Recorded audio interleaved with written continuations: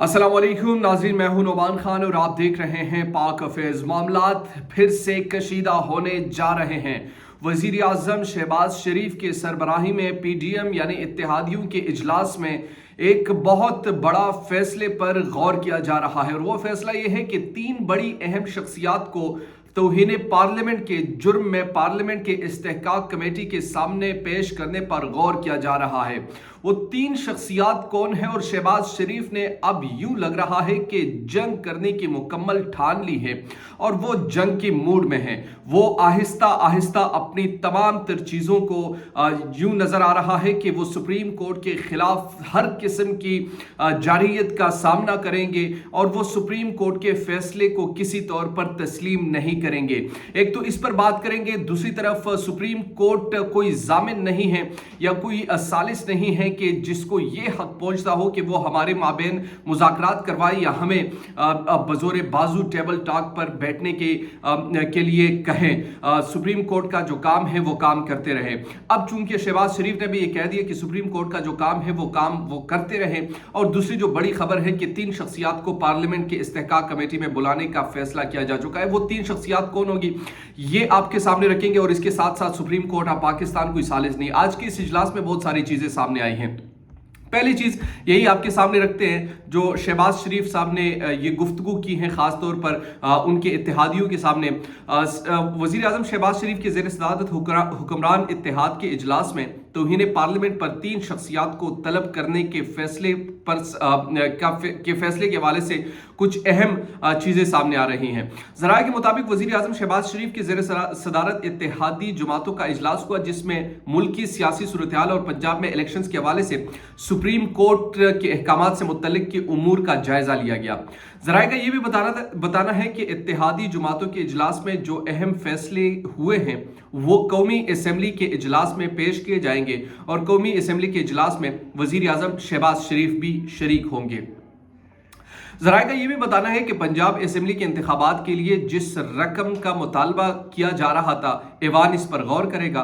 पहले भी कौमी असम्बली में 2 मरतबा इस मामले को मुस्तरद कर चुकी हैं और तवक्को ये है कि एक बार फिर कौमी असम्बली में के इंतखाबात के लिए रकम फराहमी के मुतालबे को मुस्तरद कर देगी।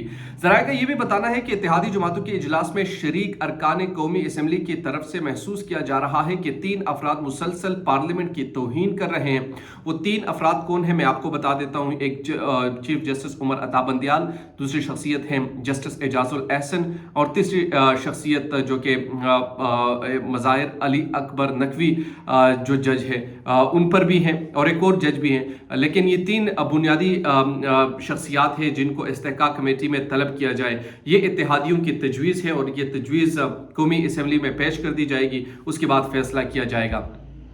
ज़राए के मुताबिक पाकिस्तान की तारीख में ये पहली मरतबा होगा कि इस तरह के शख्सियात को इस्तेहकाक कमेटी तलब करेगी और इनसे पूछा जाए कि वो क्यों पार्लियामेंट की तौहीन के मुर्तकिब हो रहे हैं। अच्छा, पार्लियामेंट की तौहीन के मुर्तकिब कैसे होते हैं मैं आपको ज़रा बता देता हूँ कि इस वक्त जो पीडीएम जिस खेल को खेलना चाह रही है, पीडीएम जिस तरीके से अपने आप को सेव करने की कोशिश करे वो तरीका बहुत ही ज़्यादा गलत है। एक तो गैर आइनी गैर कानूनी तरीके से खुद को बचाने की कोशिश की जा रही है कि हम किसी भी तरीके से खुद को बचाएं, हम किसी भी तरीके से क्या खुद को पार्लियामेंट की तौहीन के मुर्तकिब भी ना करार, सुप्रीम कोर्ट की तौहीन भी ना हो और हम इनको ब्लैकमेल भी करें। माजी में ये लोग फैसले करवाया करते थे ब्रीफ केस देकर, माजी में ये लोग फैसले लिखवाया करते थे अपनी मर्जी से। अब पहली मरतबा चूंकि एक कॉन्स्टिट्यूशन में वाज़े तौर पर दर्ज है कि 90 डेज़ में इलेक्शंस होने हैं तो 90 डेज़ में इलेक्शंस होने हैं। आप इसके लिए हीले बहाने नहीं बना सकते। आप ये नहीं कह सकते कि रकम नहीं है, आप ये नहीं कह सकते कि ये नहीं है, फला नहीं है, तो आप क्या कर रहे हैं इस हुकूमत में? अगर आपसे इकॉनमी संभल नहीं रही, अगर आपसे मुल्क संभल नहीं रहा, अगर आप इलेक्शंस नहीं करवा सकते तो इट्स मीन आप तो कोई बादशाहत के लिए यहाँ पर नहीं है। ये मुल्क एक रिपब्लिक जो है वो डेमोक्रेसी पर मबनी है, जमहूर पर मबनी है और जमहूरियत जमहूर की मंशा का नाम है। یہ شہباز شریف کے سر کا نام نہیں ہے کہ جو اپنی مرضی سے فیصلے صادر کرتے رہے، یہ مولانا فضل الرحمان کے دماغ کا نام بھی نہیں ہے جو وہ اب کہے تو سب کچھ ایسا ہو جائے، ایسا نہیں ہوتا۔ پاکستان میں بہت ساری چیزیں آپ کو اس طریقے سے دیکھنے کو ملتی ہے۔ توقع ہے کہ جب اراکین کی جانب سے یہ تجویز سامنے آئے گی تو اس معاملے کو فوری طور پر استحقاق کمیٹی کے روبرو پیش کر دیا جائے گا اور کمیٹی اپنے اجلاس میں فیصلہ کرے گی کہ آئندہ 24 گھنٹے کے اندر شخصیات کو کب طلب کرنا ہے۔ اس طریقے سے یہی توقع ہے کہ اس معاملے کا ڈراپ سین ہونے جا رہا ہے۔ اب میں نے جس طریقے سے پہلے ویڈیو میں بھی آپ سے یہی کہا کہ چونکہ اب معاملات جو ہے وہ کشیدگی کی طرف مزید جائیں گے، اور کشیدگی کی طرف اس لیے جا رہے ہیں چونکہ ان کو معلوم ہے کہ ان کے پاس کوئی دوسری راہ ابھی نہیں ہے، کوئی دوسری تجویز ابھی نہیں ہے، کوئی دوسری راستہ ان کو نظر نہیں آ رہا۔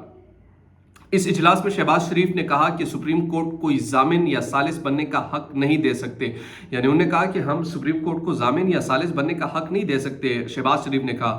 وزیر اعظم نے اتحادی جماعتوں کے اجلاس سے خطاب کرتے ہوئے کہا کہ سپریم کورٹ کی 3 رکنی بینچ کا فیصلہ پارلیمان نے قبول نہیں کیا۔ آج بھی حکومت اور پارلیمان 3-4 کا فیصلہ آئینی اور قانونی سمجھتی ہیں۔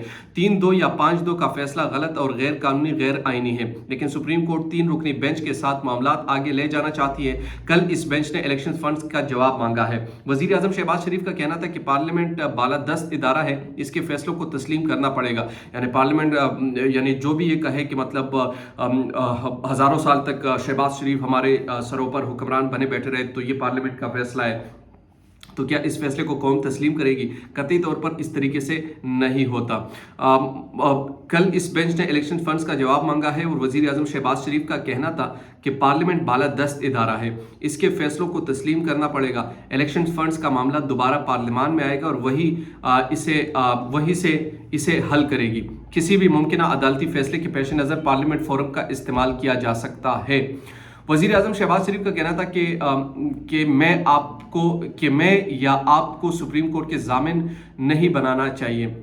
شہباز شریف نے کہا کہ میں یا آپ کو سپریم کورٹ کو ضامن نہیں بنانا چاہیے۔ پنچایت سپریم کورٹ کا کام نہیں، سپریم کورٹ کو ضامن ثالث کا حق نہیں دے سکتی، یہ ان کا کام نہیں۔ ضامن بننا اور پنچایت کروانا سپریم کورٹ کا کام نہیں ہے، ان کا کام قانون کے مطابق فیصلے دینا ہے۔ الیکشن ایک دن ہونے چاہیے اور کب ہونے چاہیے اس پر حکومتی اتحادی جماعتوں میں اتفاق رائے ہے۔ اچھا، سپریم کورٹ کو انہیں واضح پیغام دے دیا کہ جناب آپ کو ثالث بننے کا کوئی حق نہیں ہے۔ اب سپریم کورٹ کو یہ چاہیے کہ وہ اپنا فیصلہ منوائے، اپنے فیصلے میں کہے کہ 14 مئی کو الیکشنز کروانے ہیں اور ہر صورت کروانے ہیں، پھر ان کو لت پتہ جائے گی کہ آخر معاملات کس طرف جا رہے ہیں۔ بہرحال یہ اب کیا کرنے جا رہے ہیں ان کو خود بھی سمجھ نہیں آ رہی۔ وزیر اعظم نے زور دیا کہ اتحادی متفق ہے کہ 13 اگست کو پارلیمنٹ کی مدت پوری ہو رہی ہے، الیکشن کی تاریخ اکتوبر یا نومبر بنتی ہے۔ پی ٹی آئی سے مذاکرات کے بارے میں انہوں نے کہا کہ بیرون ملک پی ٹی آئی کے ایجنٹس ہیں، پاکستان کے دشمن ہیں، تاہم ہمیں گفتگو کا دروازہ بند نہیں کرنا چاہیے۔ اسپیکر قومی اسمبلی کے ذریعے پی ٹی آئی سے بات ہو سکتی ہے، پارلیمانی کمیٹی معاملے کو دیکھ سکتی ہے اور پارلیمنٹ میں گنجائش پیدا کر سکتی ہے۔ بہرحال جو بھی آپ کو کرنا پڑے آخر میں آپ کو آنا ہی پڑے گا اور الیکشنز کی طرف آنا پڑے گا۔ الیکشن سے آپ بھاگ نہیں سکتے، الیکشنز آپ کو کروانے پڑیں گے۔ دیجیے پاک پھر سے نعمان خان کو اجازت، اللہ نگہبان۔